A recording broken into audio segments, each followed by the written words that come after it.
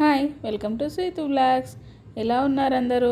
అందరూ సూపర్గా ఉన్నారని అనుకుంటున్నాను. మేమైతే సూపర్గా ఉన్నాము. మేము ఈరోజు మక్క గారెలు చేసుకున్నాము.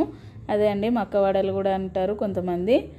సో అవి మా స్టైల్లో మేము ఎలా చేసుకున్నాం అనేది చూపించడానికి మేము ముందుకు వచ్చాను.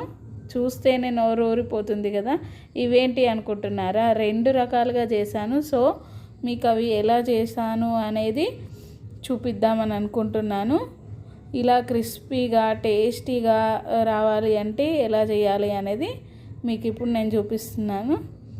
చూడండి, ముందుగా మక్క అంకులు ఇలా ఒలుచుకొని రెడీగా ఉంచుకోవాలి. వీటిలోకి పచ్చిమిర్చీలు, కొంచెం ధనియాలు, ఇంకా కొద్దిగా జీలకర్రను తీసుకొని రెడీగా ఉంచుకోవాలి. ఇందులోకి కొన్ని వెల్లుల్లిపాయలను కూడా తీసుకోవాలి.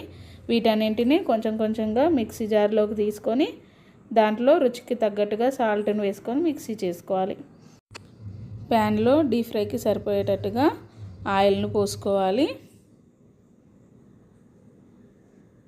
ఆయిల్ వేడెక్కిన తర్వాత మనం మక్క గారెల్ని ఎలా వేసుకుంటామో అలా నెమ్మదిగా ఒక్కొక్కటిగా వేసుకోవాలి. ఇక్కడ స్టవ్ అనేది మీడియం ఫ్లేమ్లో పెట్టుకోవాలి. ఎందుకంటే గారెలు లోపల పచ్చిగా ఉంటుంది కాబట్టి మొత్తం ఈక్వల్గా మనం గోలాలి కాబట్టి అది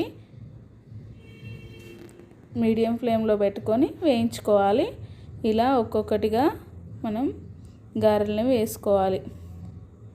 నిజంగా మక్క గారెలు ఎంత టేస్టీగా ఉంటాయి కదా. వర్షం పడేటప్పుడు చల్లగా వర్షం పడేటప్పుడు వేడిగా ఈ గారెలు వేసుకొని తింటే ఉంటుంది. అసలు ఎంత బాగుంటుందో. మాకైతే మక్క గారెలు చాలా ఇష్టము. మీలో ఎంతమందికి మక్క గారెలు ఇష్టం అండి? మాకైతే చాలా ఇష్టం. మా పిల్లలు కూడా అందరం బాగా తింటాము. ఇప్పుడు మక్కల సీజన్ కాబట్టి ఎక్కువ చేసుకుంటాం. చూస్తే నోరు ఊరిపోతుంది కదా. మీరు కూడా ట్రై చేయండి. ఇలా ఇప్పుడు నేను కొన్ని మక్క గారెలు వేసిన తర్వాత మిగిలిన ఆ మక్క పిండిలోకే సన్నగా కట్ చేసుకున్న ఆనియన్స్, కొంచెం కొత్తిమీర, కొద్దిగా సాల్ట్, ఇందులోకి కొంచెం కారంని కూడా వేసుకున్నాను.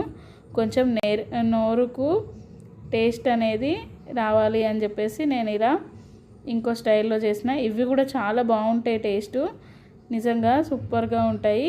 ఒకసారి ట్రై చేయండి మీరు. ఈసారి మక్క గారెలు చేసుకున్నప్పుడు అద్దిరిపోతాయి. ఇట్లా పకోడీలాగా వేసుకోవాలి. దీన్ని మనం ఆనియన్స్ వేసినాం కాబట్టి గారెలాగా వేస్తే అది విడిపోతుంది. సో పకోడీలాగా వేసుకోవాలి. సేమ్ దీన్ని కూడా మీడియం ఫ్లేమ్లో పెట్టుకొని వేయించుకోవాలి.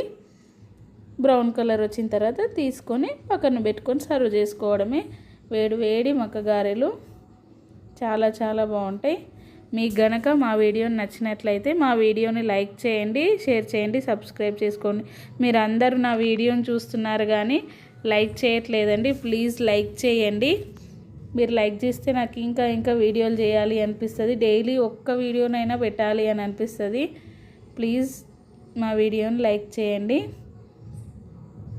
ఇలా ఉన్నాయండి మా మక్క గారెలు. చూసారా, కలర్ కూడా ఇలా వచ్చే వరకు మనం వేయించుకోవాలి. లేదంటే మనకే ఫస్ట్ స్టమక్ పెయిన్ వస్తుంది పచ్చిగా ఉంటే.